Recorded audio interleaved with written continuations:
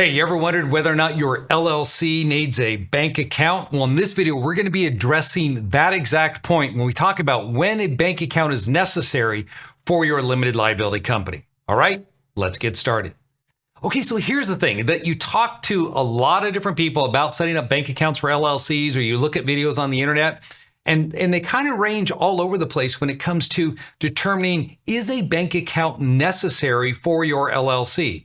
Now, there are those people out there that'll tell you, yes, in order to have an LLC, you definitely have to have a bank account or you do not have a business. Now, if you take that line of reasoning to its natural conclusion, then that would say if I set up a limited liability company, for say, and I put a brokerage account into it and not a bank account, then I guess do not have an investing business. And so what happens many times when people start talking about bank accounts and limited liability companies and piercing the veil of the LLC if you don't have a bank account because it's not a true business, is that these individuals may not quite understand what it takes to pierce a corporate veil and what it takes to actually have a business entity respected by the legal system. So really what I see when it comes to setting up limited liability companies, what I tell people is like, hey, it depends on the type of business and whether or not a bank account is actually needed for that LLC.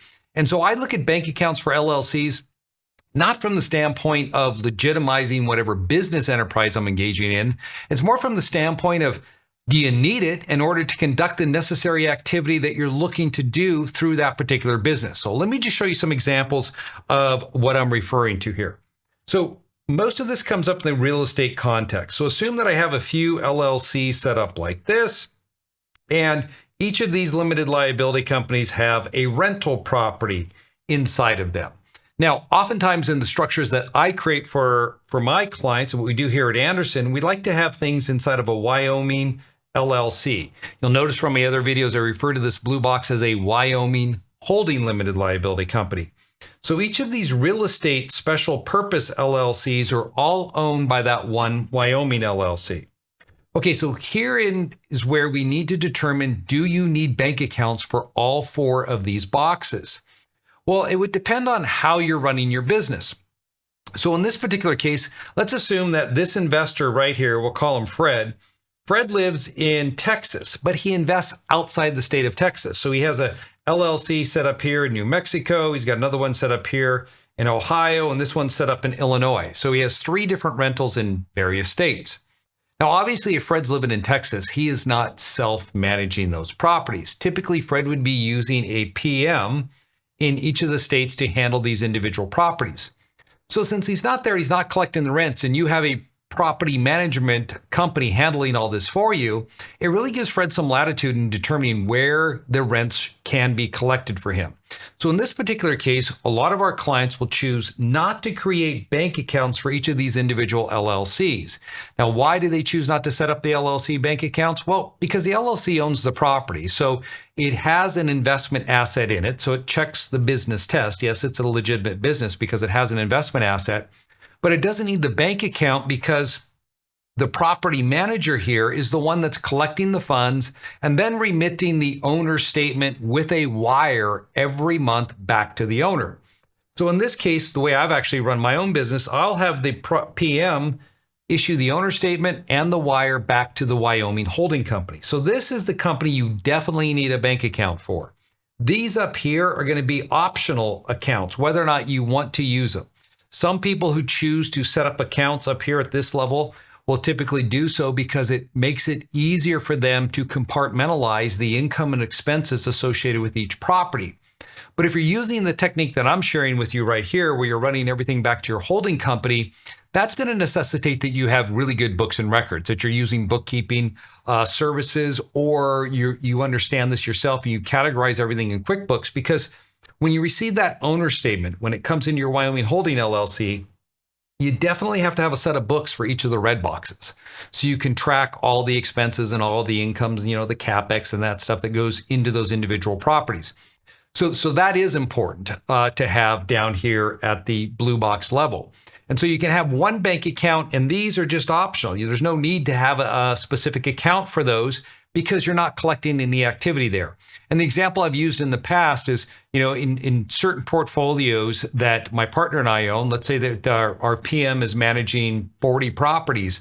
that PM would not send us, 4, 10 different wires on that portfolio. They're only sending one wire and one owner statement on a monthly basis. So if you did need, you say you had 10 LLCs set up with 4 separate properties in each, the property manager is not going to send you the 10 wires. So they're only sending one wire. So you couldn't even put the assets or move the money into those separate accounts. So it just kind of negates the actual purpose of having a separate LLC account. So in this scenario, you would definitely, it's an option, whether or not you need to create a bank account for your red boxes. So I would tell someone, hey, yeah, you don't need it. As long as you have it here, and remember what I said, you have good books and records. You got good bookkeeping to account for the income. Now let's change the scenario up a bit. Let's assume instead that these properties are all in the state in which you reside.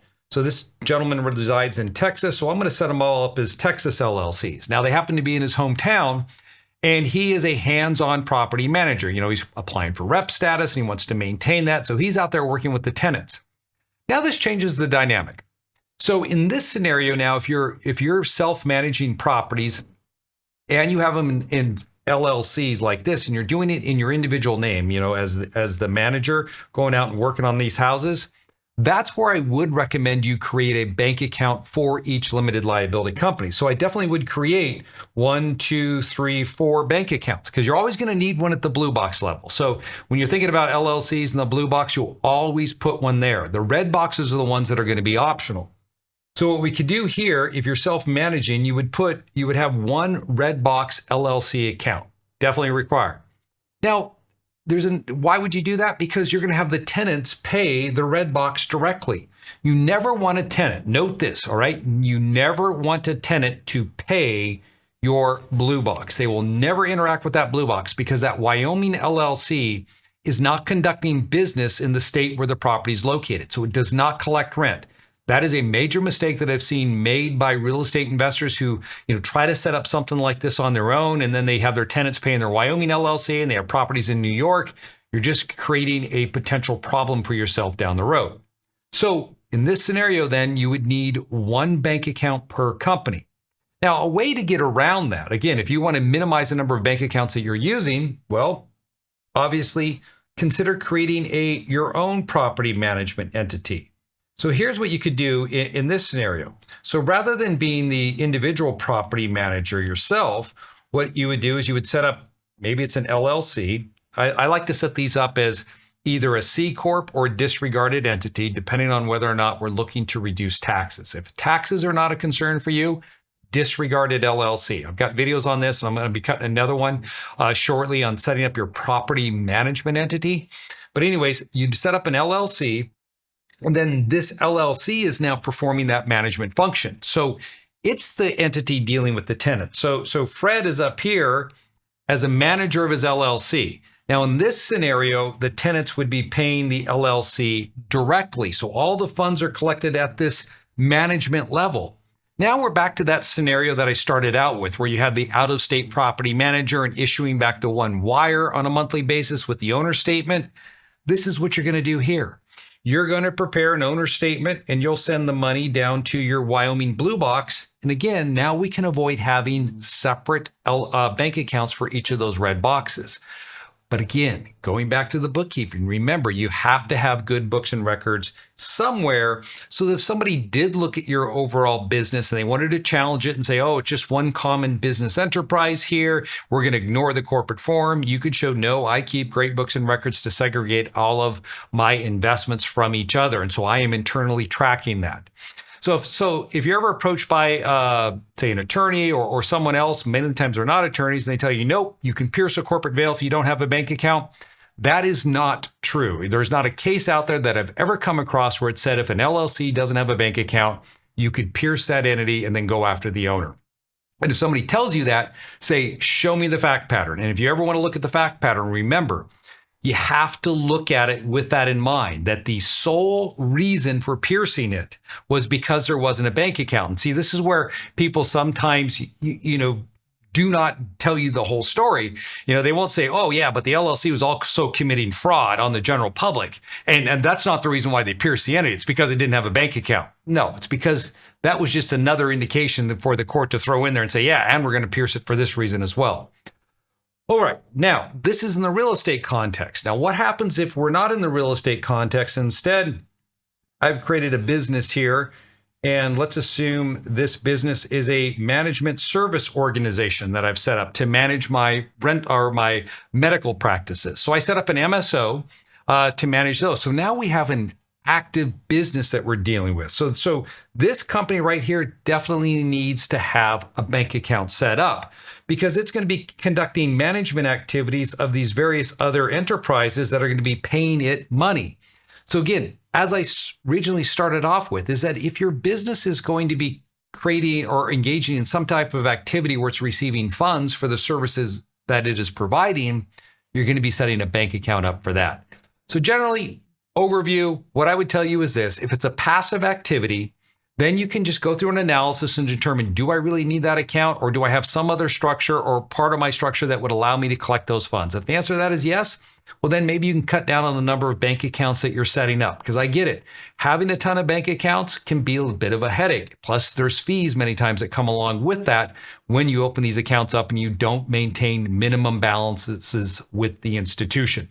Guys, if you liked the video, be sure to hit the like button. And if you're not yet a subscriber to my channel, well, now's your opportunity. Take care.